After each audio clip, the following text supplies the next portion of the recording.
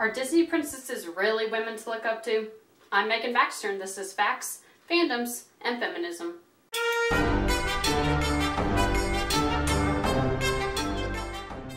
Today I'll be discussing a topic that I'm sure many, if not all of you, have heard before. Are Disney princesses good role models for children?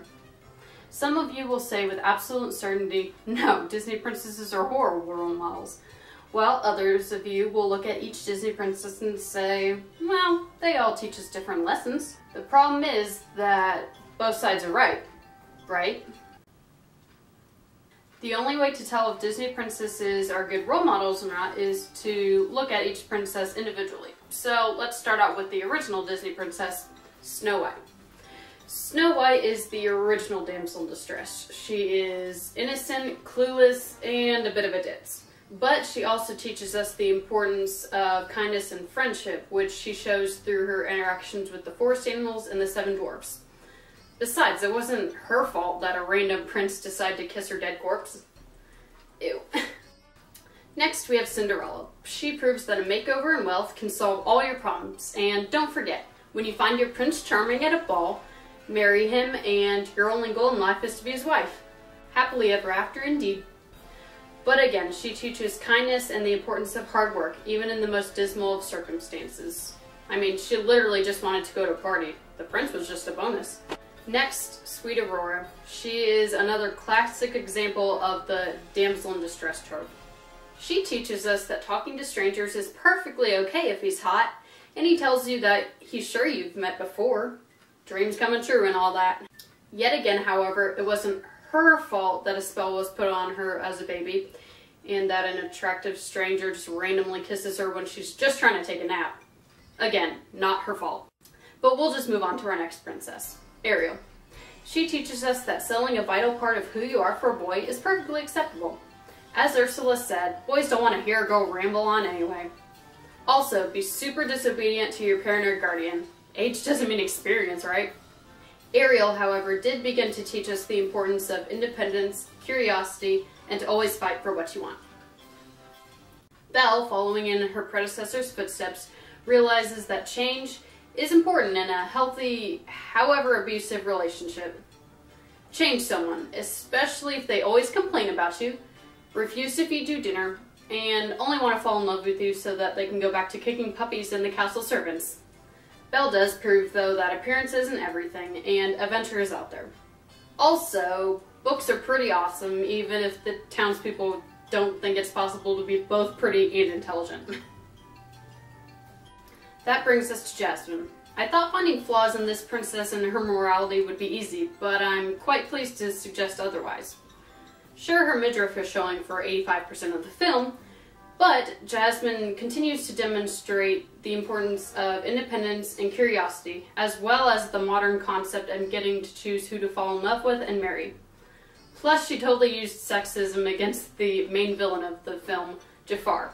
Pretty awesome. Pocahontas. Now, I know nothing about traditional Native American clothing, but with that tight skirt and high slit up the leg, I'm gonna say she's a pretty sexed up 14-year-old. But she instills in us fantastic qualities to have. A sense of adventure, a respect for all things, and trust in ourselves. Mulan. Literal perfection.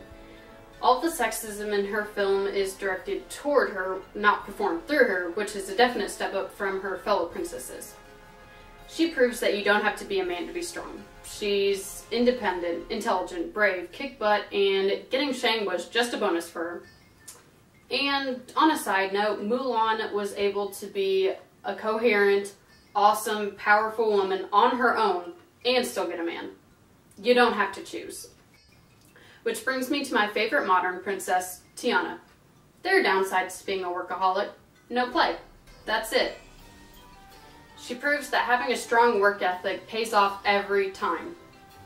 And in her film, there was a cool role reversal with Prince Naveen, as he was cast as the damsel in distress to Tiana's knight in shining armor. Did I say that right? I said it right! Oh my god! Whew! She is what I hope that all young girls want to be, and she has all the qualities that young girls need to have. She is the perfect role model for people. I don't know why she gets overlooked. Now to everyone's favorite, Rapunzel. Perpetuating the standard fairy tale trope, a man, Flynn in her case, had to enter Rapunzel's life before she could find change, to which she didn't even narrate. Flynn did. Also, apparently being naive is cute.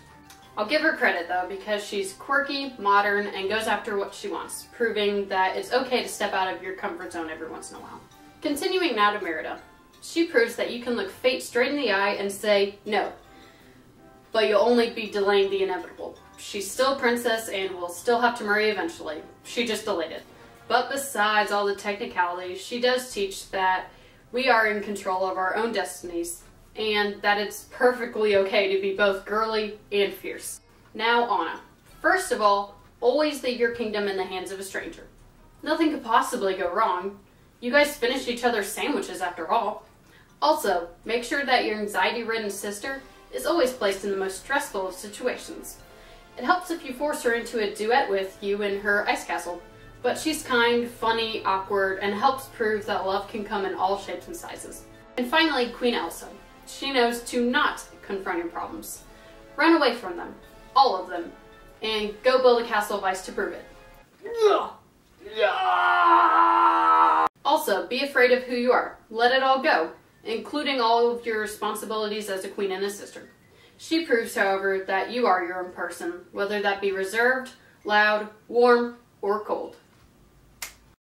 Those are the franchise Disney princesses, whereas we have some other legitimate princesses and just good heroines in general that tend to get overlooked. Kida, Jane, Esmeralda, Meg, and Elanui, just to name a few. What we learn and can take away from any of these princesses, though, are things like men are here to rescue damsels in distress. For the most part, you can't have feminine qualities and kick butt.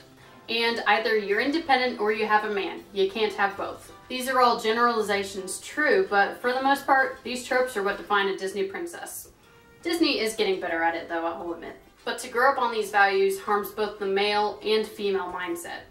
It makes that girls are weak, frail things that need to be rescued, while boys have to be strong, muscled things that have to get the girl. Girls can't be strong and independent, while boys can't be quiet and have emotion.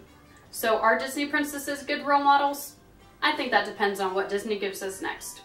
I'm Megan Baxter, and this is Facts, Fandoms, and Feminism. What the heck?